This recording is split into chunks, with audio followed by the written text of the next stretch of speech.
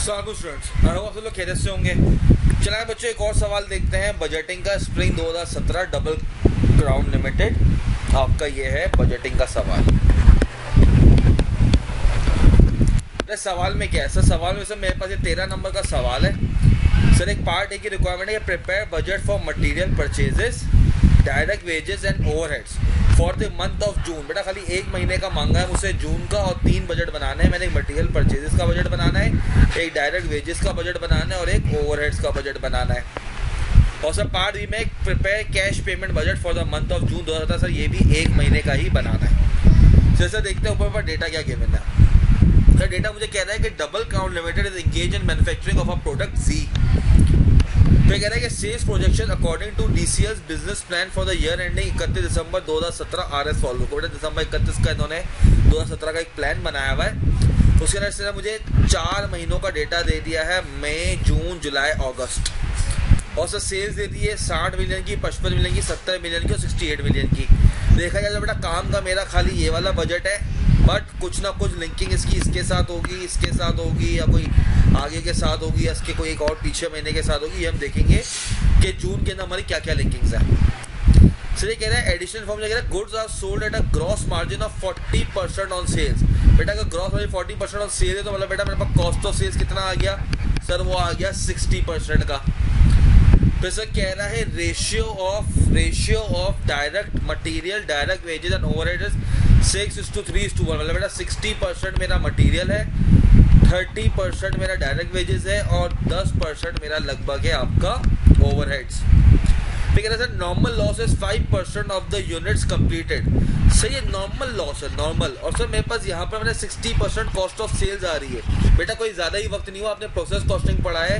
Normal loss हमारा क्या होता है सर? वो एम्बेडेड होता है मेरा गुड प्रोडक्शन के अंदर, ऑलरेडी एम्बेडेड होता है, एम्बेडेड इन गुड यूनिट्स। अगर बेटा ये नॉर्मल लॉस होता तो मैं उसको अलग से अकाउंट फॉर करता, ये पीएनएल के अंदर मेरा जाता। कह रहा है कि इन्वेंट्री लेवल्स मेंटेन बाय, मतलब बेटा नॉर्मल लॉस में मेरा किसी काम का नहीं है, ये पॉइंट मेरे किसी काम का नहीं है। कह रहा है inventory levels maintain by DCL RS enter. बेटा इन्वेंट्री लेवल किस तरह करते हैं? डायरेक्ट मटेरियल का कह रहा है sir next months budgeted consumption. मतलब बेटा जो नेक्स्ट मंथ की मेरी बजटेड कंजम्पशन होती है उसका मैं इसी महीने परचेज कर लेता हूँ। और सर फिनिश गुड्स का क्या है सर? फिनिश गुड्स का 50% of the next month budgeted sales. अगले महीने में को जितने भी सेल्स करनी होती है उसका 50% मैं अभी ही पहले ही उसके महीने में बना के रख लेता हूँ। मतलब बेटा अगर जुलाई में मुझे 100 यूनिट्स बनाने हैं तो बेटा जून के अंदर मैं 50 यूनिट्स की प्रोडक्शन बना के रख लेता हूँ। फिर जुलाई में मैं क्या करता हूँ, 50 की और प्रोडक्शन करता हूँ, और अगस्त में जो मेरी बनानी होती है फॉर एग्जाम्पल 200, तो 100 और करके मैं 150 बनाता हूँ जुलाई के अंदर। एक मिसाल दी है आपको, ठीक है। तो कह रहा है 10% of all purchases are in cash. चलिए मेरे पार्ट बी के लिए काम आएगा। मेरा remaining purchases are paid in the following month. मतलब बेटा जून में मैं जो भी परचेजेस करूंगा उसका 10% तो कैश में उसी वक्त पे करूंगा, 90% विथहोल्ड करके मैं जुलाई में पेमेंट करूंगा। सर इसका मतलब हुआ सर मई के अंदर जो मैंने परचेजेस की होंगी उसका 10% मैंने मई में पे कर दिया होगा, उसका सर आके 90% जो है वो मैंने जून के अंदर पेमेंट किया होगा। सर कैश बजट के लिए मेरा बहुत इंपॉर्टेंट इन्फॉर्मेशन है, कैश बजट के लिए। सर कह रहा है direct wages include DCS contribution at 5% of the direct wages towards canteen expenses. बेटा मतलब ये जब का 30% आप वेजेस कर रहे हो ना, डायरेक्ट वेजेस, इसके अंदर सर कोई 5% वाला छुपा हुआ है कैंटीन का एक्सपेंस। मतलब सर देखा है तो एक्चुअल वेजेस मेरी जो है वो आपकी 30% नहीं होंगी। वो जो अमाउंट जो आएगा उसको मैं डिवाइड करूंगा 1.05 से, ताकि मैं एक्चुअल वेजेस की सैलरी के ऊपर पहुंच सकूं कि वेजेस की सैलरी कितनी है मेरी, ठीक है, वेजेस मेरे को कितनी पे करनी है। उसके अलावा 5% जिसका वो होगा वो क्या होगा, वो कैंटीन का एक्सपेंस होगा। कह रहे हैं equal amount is deducted from the employees wages. Sir वही जो 5% है जितना मैं पे कर रहा हूँ वो मैं एम्प्लॉयज की वेजेस में से भी डिडक्ट कर लेता हूँ। फिर कह रहा है direct wages are paid on the last day of each month. से कैश बजट के लिए है मेरा। फिर कह रहा है sir cash both contribution are paid to the canteen contractor in the following month. मतलब बेटा जून के अंदर जो सर कैश बजट मैं बनाऊंगा, मतलब सर मई की जो कैंटीन के जो पैसे थे, मई के महीने के जो कैंटीन के पैसे थे वो मैं इफेक्टिवली आके जून में पे कर रहा हूँ। फिर सर कह रहा है overheads for each month include depreciation. On plant and machinery and factory building rent amounting to 0.2 million and 0.1 million respectively. बेटा जो 10% निकालूंगा ना मैं ओवरहेड, उसके अंदर सर कोई 0.3 मिलियन छुपा हुआ है। एक तो है डेप्रिसिएशन का 0.2 मिलियन और सर 0.1 मिलियन है फैक्ट्री का रेंट। सर ये तो एक्सपेंस में तो जाएगा, मगर सर इसका हमें उससे क्या लेना देना कैश बजट से। सर कैश बजट के लिए ये है कि सर डेप्रिसिएशन कैश बजट में नहीं आता, ये बेटा याद होगा आपको। सर रेंट की कह रहा है कि the rent is paid on half yearly basis in advance on 30 June and 31 December each year. मतलब बेटा जब मैं 31 दिसंबर को पेमेंट करता हूँ, उसके बाद सर 1 जनवरी से लेके 30 जून तक का मैं रेंट पे कर देता हूँ एडवांस में। मतलब सर ये 0.1 मिलियन जो सर रेंट है, ये जो सर ऑलरेडी मैंने जनवरी के अंदर पे कर दिया होगा। सो ऑलरेडी सर दिसंबर के अंदर मैंने ऑलरेडी इसको पे कर दिया होगा कैश फ्लो, ताकि सर जनवरी से लेके जून तक का हो जाए। बाकी सर 30 जून को मैंने क्या करना है, सर 30 जून को मैंने एक और खर्चा करना है जो मैं 6 महीने का रेंट पे करूंगा 1 जुलाई से लेके 31 दिसंबर तक का। मतलब सर कैश बजट के ना मुझे ये भी ख्याल रखना पड़ेगा कि बेटा ये वाली पेमेंट मैंने करनी है। चले सर इजी हो गया, सवाल खोल दिया। सर मैं इसको इजीली इसको बनाता हूँ। सर क्या करना है मुझे, सर कैश बजट के मेरे पास कितने महीनों का डेटा गिवन है, सर 4 महीनों का। सर मैं 4 महीनों प्लॉट कर देता हूँ।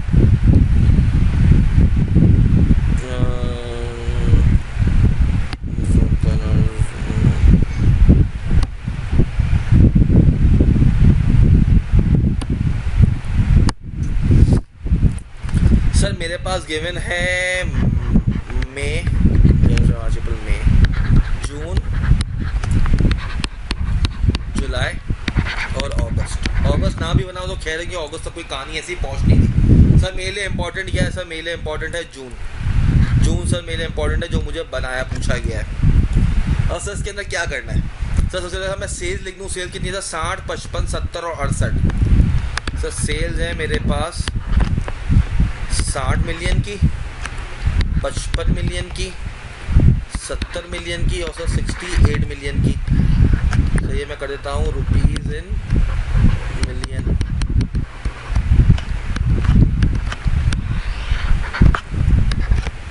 सर अब क्या करूँ, सर सबसे पहले मुझे कॉस्ट ऑफ सेल्स निकालनी पड़ेगी, उसके बाद ही सर मैं बजट कुछ बना सकता हूँ, उसके बगैर मैं नहीं बना सकता। सर कॉस्ट ऑफ सेल्स कितनी है, sir cost of sales 60% of sales, क्योंकि सर क्रॉस प्रॉफिट मार्जिन 40% है, तो कॉस्ट ऑफ सेल्स आपकी कितनी होगी 60%। सर 60% आपकी 40% कॉस्ट ऑफ सेल्स थी। तो सर ये आपकी 60 का सर 60 वाला कितना आ गया सर 36 मिलियन आ गया मेरा। एक सेकंड सर मैं इसको इस तरह करूँ ताकि कुछ बच्चे कंफ्यूज ना हो। Multiply by 60%, multiply by 60%, multiply by 60% और ये भी आ गया मल्टीप्लाई बाय 60%। तो सर ये आपके पास यहाँ पे 36 मिलियन आया और आपके पास मेरे प्यारे बच्चों यहाँ पर आपका जून का आएगा 55 को होगा 60% मल्टीप्लाई करें 33 मिलियन आपका जून का आएगा कॉस्ट ऑफ सेल्स, 42 मिलियन जुलाई का एंड सर 40.8 मिलियन आपका आ जाएगा अगस्त का। अब सर क्या करना है मुझे, सर मुझे इसके अंदर एक चीज़ देखनी है। सर कॉस्ट ऑफ सेल्स मेरी होगी 33 मिलियन की। अब सर मुझे एक चीज़ बताएं, क्या सर 33 मिलियन की जो कॉस्ट ऑफ सेल मुझे करनी है, क्या सर यही मैं प्रोड्यूस करूँगा? नहीं सर, जितनी मुझे प्रोडक्शन करनी होगी उसी का मैं क्या करूँगा, उसी के सर मैं मटेरियल परचेज करूँगा, उसके ऊपर लेबर लगेगा। तो सर ये कॉस्ट ऑफ सेल्स होगी जो कितना मेरा अगले महीने बिकना है। सर ये कहीं भी रिप्रेजेंट नहीं कर रहा कि यही प्रोड्यूस होगा। सर इसको सर मुझे ड्राइव करना पड़ेगा कि एक्चुअली मेरा जो कॉस्ट, जो गुड्स मैन्युफैक्चर्ड होंगे जून के महीने में, उनकी कॉस्ट क्या है। सर वो कैसे निकालेंगे? सर इजीली निकालेंगे। सर कैसे निकालें? सर मुझे एक ज़रा गिवन था यहाँ पे, क्या फिनिश गुड्स ना 50% of next month budgeted sales, कि सर जो मेरे पास ऑलरेडी फिनिश गुड्स है जो सर मैंने जो जून में बनाना था, जून में सर मैंने 33 मिलियन का करना था, तो सर ऑलरेडी मैंने एक ओपनिंग स्टॉक अपने पास रखा हुआ होगा। मतलब सर मई के मंथ के अंदर मेरे पास एक क्लोजिंग स्टॉक पड़ा हुआ होगा, कितना सर वो मैं 33 मिलियन, मेरे को पता था कि जून में 33 मिलियन बिकेंगे और सर इसका 50% जो है मैंने एक महीने पहले ही बना देना है। तो सर मेरे पास कोई 16.5 मिलियन ऐसा होगा क्लोजिंग स्टॉक जो सर मैंने उस पिछले महीने बना के रखा था। तो सर ये तो मेरे पास 33 मिलियन के लिए सर मेरे पास 16.5 मिलियन का फिनिश गुड्स मेरे पास ऑलरेडी आ गया, वो जो मैंने पिछले ने प्रोड्यूस करके रखा था। सर मैंने क्लोजिंग स्टॉक इस महीने कितना मेंटेन रखना है? सर मैंने देखना है कि जुलाई में मैंने सेल्स करनी है कितनी। सर जुलाई में सर मैं 70 मिलियन की सेल्स करनी है जो कॉस्ट ऑफ सेल्स है। तो सर इसका जो 50% है सर मैंने इसका क्लोजिंग स्टॉक मेंटेन रखना है। मतलब सर मैंने जो है आपका 35 मिलियन का फिनिश गुड्स बना के रख देना है जुलाई के अंदर ही।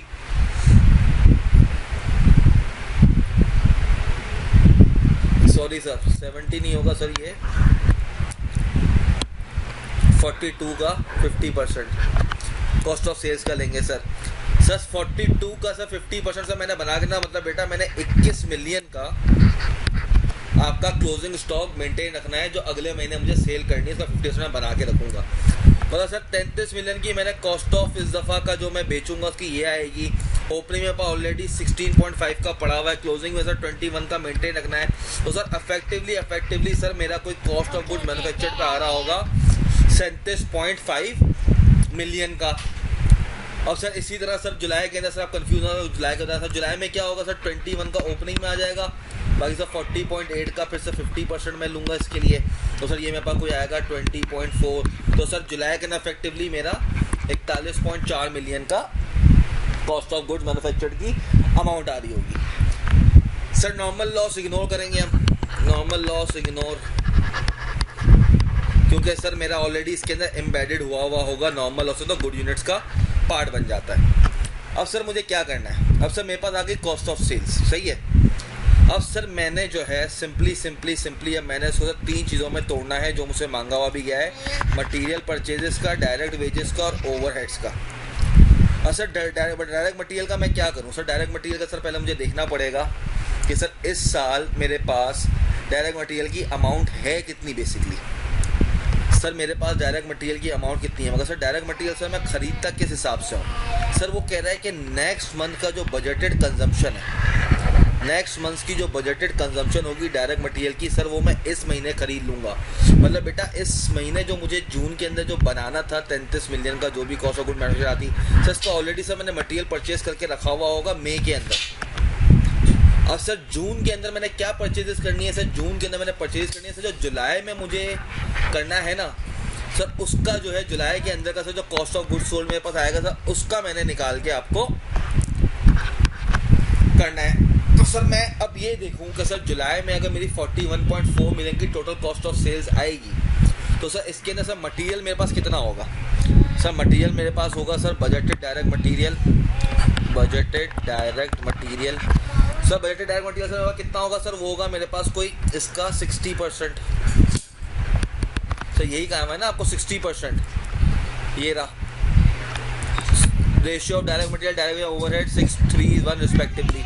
तो सर जो और यहाँ पर सर मुझे कह दिया नीचे आके कि भाई डायरेक्ट मटेरियल नेक्स्ट मंथ का जो बजटेड कंजम्पशन है वो आपने करना है, इन्वेंट्री लेवल आपने इस हिसाब से मेंटेन रखना है। तो सर मेरे पास जो आपका डायरेक्ट बजटेड मटेरियल आ रहा होगा वो आ रहा होगा सर 41.4 का। सर मैं 60% निकालूँ तो सर वो आता है आपके पास कोई 24.84 का, सही है। और सर इसी तरह सर मैंने यहाँ पे क्या हुआ होगा सर मई के अंदर सर मुझे पता था 37.5 की एक बजटेड थी, तो सर इसका 60% मैंने मंगा के रखा हुआ होगा मई के अंदर, जो आपका बनता है सर 22.5। अब क्या चीज़ रह गई सर? ये सर और कुछ करना है? नहीं सर मेरे पास ये हो गया मटेरियल का कि सर आपके मटेरियल की परचेजेस इतनी ही होगी इस महीने के अंदर। ये आपका सर बन गया डायरेक्ट मटेरियल का परचेजेस का आपका बजट। अब आपका क्या रह गया सर? सर आपके अब रह गया सर वेजेस रह गया और ओवरहेड्स रह गया। तो सर मैं वेजेस के ऊपर आता हूँ। सर वेजेस क्या है? सर वेजेस भी बहुत इजी है। सर वेजेस कितने हैं मेरे पास? सर वेजेस भी हैं सर मेरे पास 37.5 का। ये तो सर आप इसी महीने पे करेंगे और इसी महीने का 37.5 का मल्टीप्लाई बाय 30%, तो सर ये आपके पास आ जाता है 11.25। इसको आप सर साथ पहले कैलकुलेट भी करते जाएँ। सर ये आपके आ गया वेजेस। बाकी का क्या रह गया सर? आप क्या रह गया? Budgeted overhead. Sir budgeted overhead का किस तरह होगा सर? यही आपका 37.5 मिलियन है, इसका सर आपके पास आ जाएगा कितना? 10%। तो सर 3.75।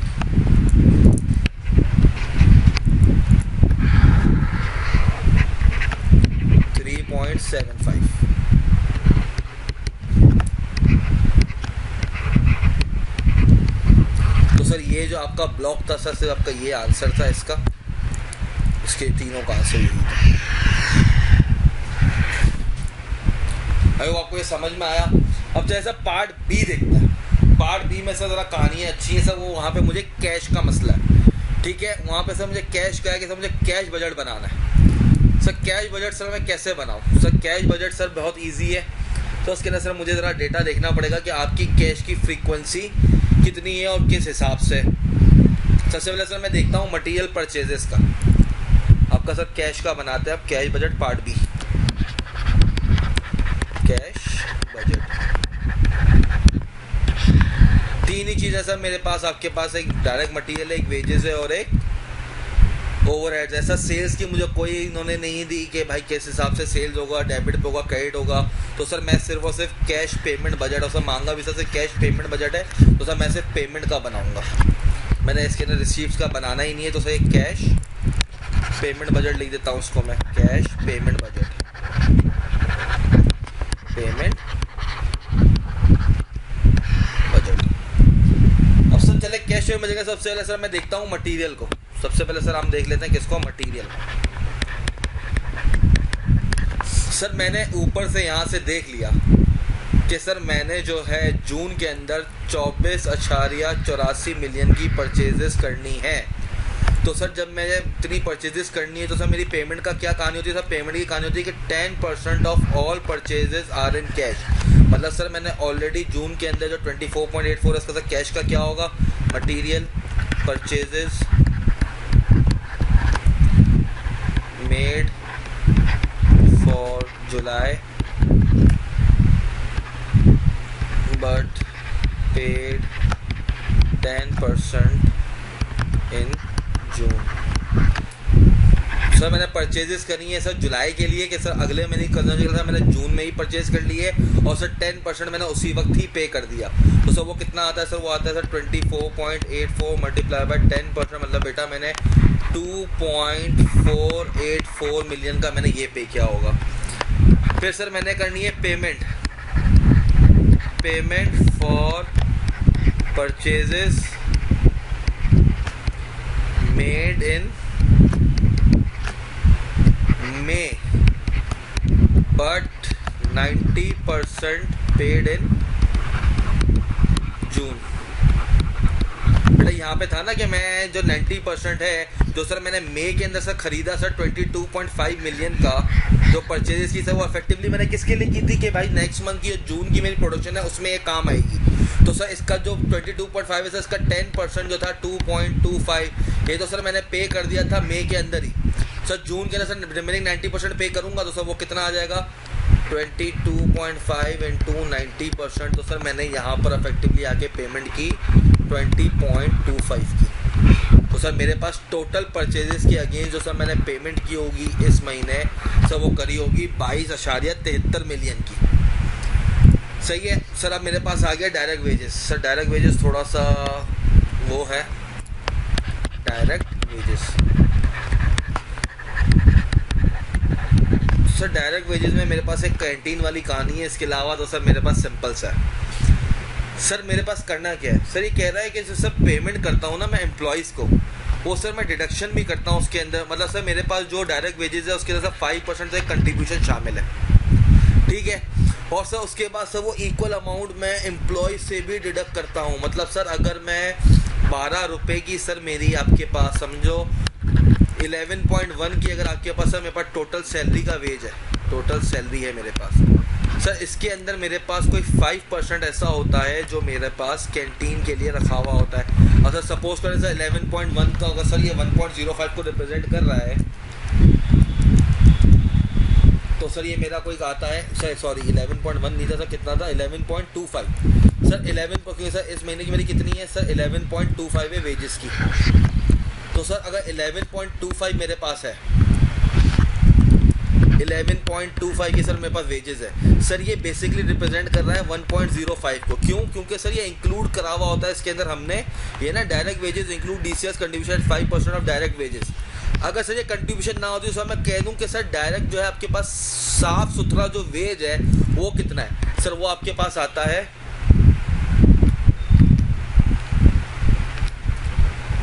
आपके पास आया था कोई सर 10.714, और सर 10.714 सर एम्प्लॉयज़ की बनती है वेजेस, आप पे कर रहे हैं सर 11.25। तो सर बेसिकली आप सर कितना एडिशनल जो आया सर आप किसको कर रहे हैं, तो सर इसी को सर मैं मतलब 0.05 कर लूँ तो सर मेरे पास आ जाएगा कितना सर, ये आता है कोई 0.536। मतलब मेरे प्यारे बच्चों, अगर मैं 11.25 मिलियन की वेजेस दे रहा हूँ, उसमें सर मेरा जो है कोई 0.536 मिलियन ऐसा है जो मैं कैंटीन के लिए दे रहा हूँ उन लोगों को। और सर जब मैं कैंटीन के लिए उनको देता हूँ तो सर क्या मैं ये दे देता हूँ अभी? नहीं सर, सर ये तो एक मेरा अपना ओन कंट्रीब्यूशन है, ओन कंट्रीब्यूशन। और सर मैं एग्जैक्ट इतना सेम अमाउंट एम्प्लॉयज़ का कंट्रीब्यूशन भी लेता हूँ। सर एम्प्लॉयज़ भी इतना ही कंट्रीब्यूट करते हैं मेरे पास 0.536, अफेक्टिवली 11.25 में से सर मैं ये दोनों अमाउंट विथहोल्ड करता हूँ जो सर नेक्स्ट मंथ पे की जाती है। तो सर ये मैंने एक्चुअली मैंने कहाँ पे की होगी सर, ये मैंने पे की होगी आपके जुलाई के अंदर। सर वो कितनी आती है 0.536, इसको मतलब 2 कर लूँ तो सर मैंने कोई 1.07 जो है 1.07 सर मैंने जुलाई में पेमेंट करनी है सर, मैंने इसको इस वक्त पे नहीं करनी। तो सर मतलब वेजेस जो सर 11.25 मैंने ऊपर कैलकुलेट करी है, मैंने इतनी ही पे करनी है? नहीं सर, सर वेजेस जो मैंने पे करनी है वो करनी है सर 11.25 माइनस 0.536 माइनस 0.536। सर मैं इन दोनों की सर ये माइनस करूँगा तो सर अफेक्टिवली मैं कितना पे कर रहा हूँ? सर मैं पे कर रहा हूँ 10.178। तो सर ये हो गया अफेक्टिवली आपका 10.18 मिलियन। तो सर 10.18 मिलियन सर ऐसा है जो सर मैं पे कर रहा हूँ वेजेस एम्प्लॉयज़ को। बाकी सर मैंने इनके इतने पैसे रोक लिए जो मैं नेक्स्ट मंथ दूंगा, और सर ये पैसे भी जो मेरा कंट्रीब्यूशन था वो भी मैंने रोक लिया। अब सर जो लास्ट महीने जो मेरी मई का मंथ था, मई का मंथ सर, मई के मंथ में जो था मेरा सर, मई के मंथ के अंदर सर पहले तो सर मुझे वेजेस निकालने पड़ेंगे। सर मई के मंथ के वेजेस थे कितने सर? वो आपके पास होंगे यहाँ पर सर मैं कैलकुलेट इसको भी टोटल करूँ तो सर ये मेरे पास आता है 34.5। तो सर 34.5 था सर, इसका जो 30% है सर 30% आपका बनता है 34.5 इंटू 0.3 सर ये आपका बनता है सर 10.35। सर मई के मंथ के अंदर भी सर कोई 10.35 मिलियन की वेजेस थी। तो सर क्या मैंने 10.35 पूरा पे कर दिया था? नहीं सर, इसके साथ ही सर मैंने वही कहानी की थी सर, इसको मैंने डिवाइड किया था 1.05 से ताकि सर मैं एक्चुअल सैलरी के ऊपर आऊँ। तो सर वो मेरी बनती थी कितनी सर? वो बनती है सर कोई 9.857। और सर जब मैंने 10.35 को इससे माइनस करा तो सर मेरे पास आ गया कितना सर? वो आ गया कोई 0.493। और सर 0.493 तो सर एक मेरा कंट्रीब्यूशन था ओन, और सर इतना ही मैंने सर एम्प्लॉय का भी डिडक्ट करके रख लिया होगा अपने पास, वो भी सर 0.493। तो सर उसको मैं अगर मतलब 2 करूँ तो सर अफेक्टिवली सर कोई 0.9857 जो सर समझ लो 0.99 अफेक्टिवली। तो सर 0.99 मिलियन ऐसा हो गया सर मैंने जून के अंदर पे किया होगा, पेड टू कैंटीन। सर कैसे सर? 10.35 सर ये मई का आपका बैलेंस था जो आपका था उधर आपका,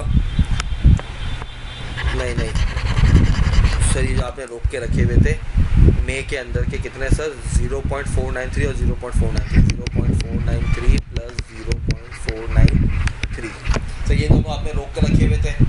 सर कैलकुलेशन सर ये इसकी यहाँ से आई, इस तरह आपने इसकी कैलकुलेशन करी तो सर मेरे पास ये जो 0.99 मिलियन था सर ये भी मैंने पे कर दिया जून के अंदर ही। तो सर अफेक्टिवली मैंने 11.17 मिलियन जो है आपका वेजेस के मद में पे हुआ है। अब क्या रह गया सर? सर अब रह गया मेरे पास सिर्फ और सिर्फ एक ओवरहेड्स। तो सर ओवरहेड्स देख लेते हैं सर, ओवरहेड हमें किस तरह पे किए हैं? ओवरहेड्स सर ओवरहेड्स थे मेरे पास कितने सर? ओवरहेड्स मेरे पास थे सर 3 पॉइंट, जैसे सर आपका एक्चुअल एक्सपेंस कितना है, एक्चुअल एक्सपेंस मेरे पास रिकॉर्ड किया सर। ओवरहेड्स का सर कोई गिवन नहीं है कि 1 महीने पहले होता है 1 महीने बाद होता है, तो सर जो भी होगा अभी ही होगा। सर मेरे पास ये कैलकुलेट हुआ था ओवरहेड आपका 3.75, तो सर आपके पास 3.75 मिलियन का सर आपके पास ओवरहेड कैलकुलेट हुआ था। सर क्या सारा का सारा कैश पे क्या? नहीं सर, इसके अंदर सर एक डेप्रिसिएशन है। सर डेप्रिसिएशन कितना है सर? डेप्रिसिएशन है सर 0.2 मिलियन और रेंट था सर 0.1 मिलियन। सर कहाँ गया सर? ये रहा 0.2 मिलियन और 0.1 मिलियन। सर 0.1 मिलियन क्यों माइनस कर रहे हैं सर? क्योंकि सर बेटा 0.1 मिलियन ऐसा एक्सपेंस है जो मैं ऑलरेडी 31 दिसंबर 2016 को पे कर चुका था। 31 दिसंबर 2016 को सर मैंने पे किया था। किस लिए सर? कि 1 जनवरी 2017 से लेके 30 जून 2017 का एक्सपेंस मेरा जो एडवांस के अंदर रेंट है वो चला जाए। तो सर मैं इन दोनों को माइनस करके, सर मेरी कैश पेमेंट नहीं है ये दोनों, तो सर मैंने डेप्रिसिएशन और रेंट से 0.2 और 0.1, 0.2 और सर 0.1 सर ये दोनों मैं माइनस करूँगा, तो सर मेरे पास एक कैश एक्सपेंस आपके पास आ जाएगा। कितना आएगा सर? कैश एक्सपेंस आएगा सर 3.45। बट बेटा क्या सिर्फ यही है? नहीं सर, मैंने एक एडवांस रेंट और पे करना है 1 जुलाई से लेके 1 जुलाई 2017 से लेके 30 जून और 31 दिसंबर 2017 तक का, 31 दिसंबर 2017 तक का भी सर मैंने पे करना है। क्योंकि सर यहाँ पे लिखा हुआ है the rent is paid on half yearly basis in advance on 30 June and 31 December each year. तो सर मैंने एडवांस रेंट पे करना है, एडवांस रेंट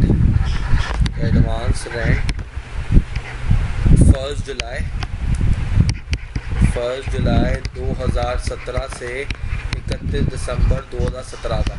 सर कितना है सर? 0.1 मिलियन सर हर महीने का। सर 6 महीने है तो सर मेरे पास आ जाता है ये कोई 0.6 मिलियन। तो सर मेरे पास आपका जो टोटल खर्चा आता है सर वो आता है 4.05। और सर मैं ग्रैंड टोटल कर दूं उसको,